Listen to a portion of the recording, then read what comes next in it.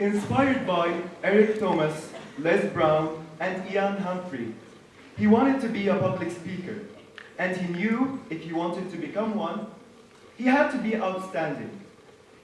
In order to do that, he added an extraordinary charisma to his speech, including fictional stories, dramatic movements, varied tones, and special sound effects.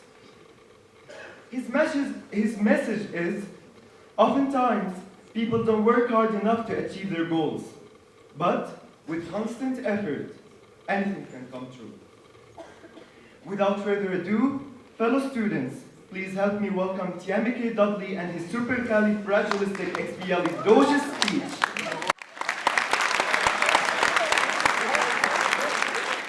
Boom! You've been hit in the face, and you've fallen. But only after you hit the ground, you look up and see who had the audacity to knock you down. But then you realize that this was no who, but this was your passion. Something you dedicated your time to just knocked you to the floor, and now it's taunting you and telling you to get back up. Now don't be mistaken, it is not stretching out its hand for you to stand back up, but it's demanding you somehow get back up. This time you're on the ground is just time to think. It's just a blessing within a curse. You want to cry? All right, go ahead, take your time. You want to scream? Go ahead, take your time. You want to claim somebody cheated you? Go ahead, take your time. But there's still work to do. I saw this video of after Michael Jordan lost the third consecutive game to the Pistons.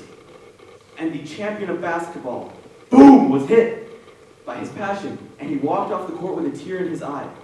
But on that day, he promised himself this would be the last time he let himself get beat by the Pistons. In order to become great, there's something very important you need to know about your identity. And that's that it's only about 25% permanent.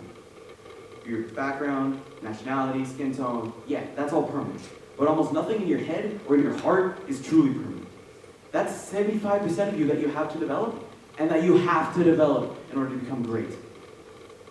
Boom! Again, Muhammad Ali, knocked down for the first time in his career as a boxer. As he hit the ground, he realized that this is no place for a champion. So he rose, and he hit his challenger back, Sonny Banks, so hard that Mrs. Banks got a headache.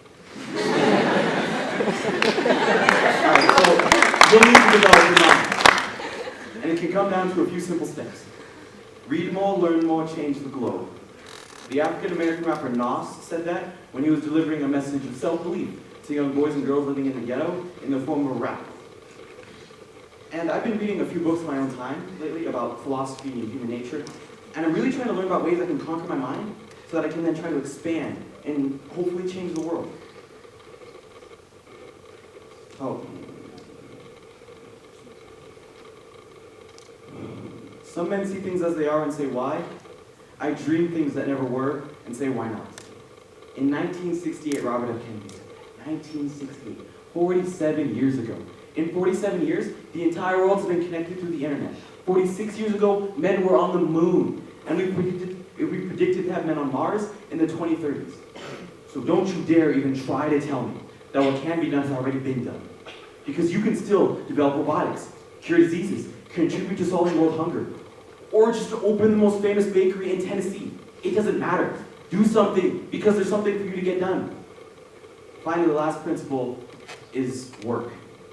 Your father might own a company, you may have grown up in wealth, but you will not outwork me. Eric Thomas said that. Now, Eric Thomas is one of the most hardworking African Americans alive.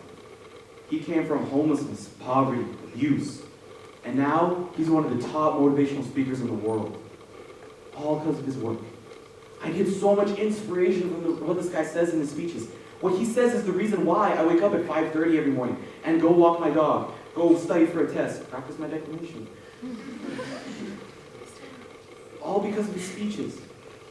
And what else is that my hard work makes me so confident in what I do. It doesn't matter to me when you make fun of my pants when I go to the gym. When the guy wearing women's pants and shorts on top can pick up and deadlift more than Mr. Tim's body weight. If you know what you love to do, then it's more than likely that there's an enemy on the ground pointing their rockets up into the sky, looking to shoot you down, and then scurry over to your crash site and strip you of your wings so you can't take off again. So the only thing you can now So the only thing you can do is outwork them. Wake up earlier than them. Study more than them.